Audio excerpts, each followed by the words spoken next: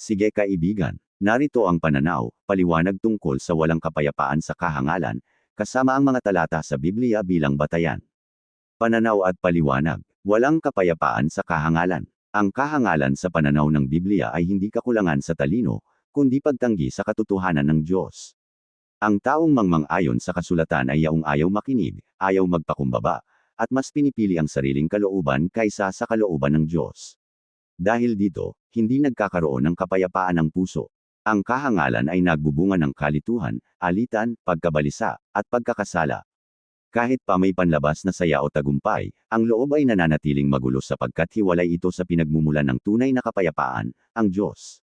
Ang kapayapaan ay hindi nakukuha sa sariling karunungan o kapalaluan, kundi sa pagkatakot sa Diyos, pagsunod sa Kanyang salita, at pagpapakumbaba. Kapag tinanggihan ng tao ang aral ng Diyos, kusa niyang isinasara ang pintuan ng kapayapaan. Mga Bible verse na batayan. Isaias Kapitulo 57 versikulo 20 hanggang 21.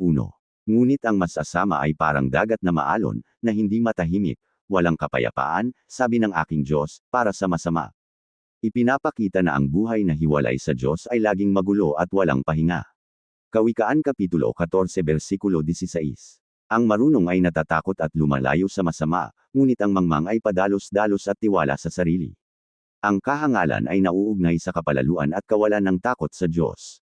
Kawikaan Kapitulo 3 versikulo 5 hanggang 6. Magtiwala ka sa Panginoon ng buong puso mo, at huwag kang manalig sa sarili mong kaunawan.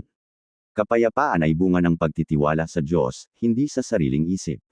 Awit Kapitulo 119 versikulo 165. May dakilang kapayapaan ang umiibig sa iyong kautusan, at walang anuman ang makapagpapatisod sa kanila.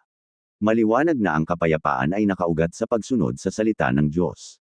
Roma Kapitulo 8 versikulo 6. Ang pag-iisip na makalaman ay kamatayan, ngunit ang pag-iisip na ayon sa Espiritu ay buhay at kapayapaan. Ang isip na hiwalay sa Diyos ay walang kapayapaan. Buod. Ang kahangalan ay pagsuwi sa Diyos. Ang pagsuwi ay nagbubunga ng kawalan ng kapayapaan. Ang kapayapaan ay matatagpuan lamang sa karunungan ng Diyos.